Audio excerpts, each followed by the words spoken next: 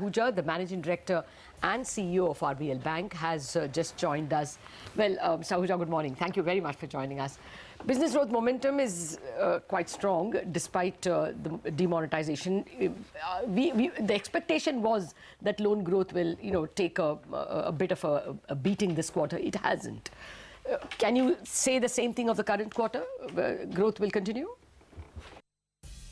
Yeah, so business has been strong because of the many vectors of performance, that we have put in place in the institution. And, at the end of the day, many of these engines are continuing to do well in the bank. So, as we have stated, our, corporate business has grown in a very handsome manner. Our non-wholesale businesses have also grown in a healthy manner. So that growth momentum is very much there. Yeah, the demonetization affected some segments, but that also marginally as far as we are concerned.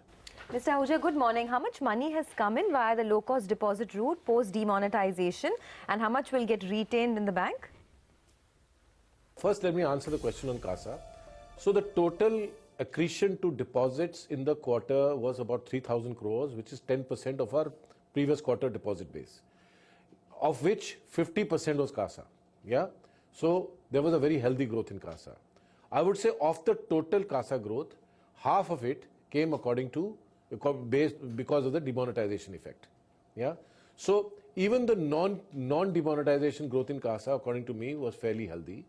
What CASA has done is to make that accelerated, if I may say that a bit. I expect 25-30% of that CASA to stay with us, in the times going forward, and the rest perhaps will go back into the system, over time. So, but net, obviously, from a CASA perspective, this has worked well for us. Okay, Mr. Ahuja, good morning. So, what's the guidance for business growth going ahead? As far as overall growth is concerned, as I said, that all our engines are growing. The various business engines are growing, and the whole point here is that, how fast will we continue to grow? So far, our longer term guidance, which we have sort of indicated previously in our previous quarterly results and prior to that during the IPO, which was about 6 months back, has been to grow at a compounded annual growth rate of 30-35% per annum. And I think we are tracking very well in the context of that. This year, for the 9-month period, we are already growing at approximately 45%, on a year-on-year basis. Yeah, even on a quarter basis, we have grown, basically 46% quarter on quarter. So that kind of growth momentum is being witnessed, which is better than our guidance. We do hope this year to therefore close, on a very satisfactory basis in terms of the overall growth. Certainly, it will be better than our long-term guidance. Okay, finally, a word on slippages, Mr. Ahuja. That's also declined quarter on quarter.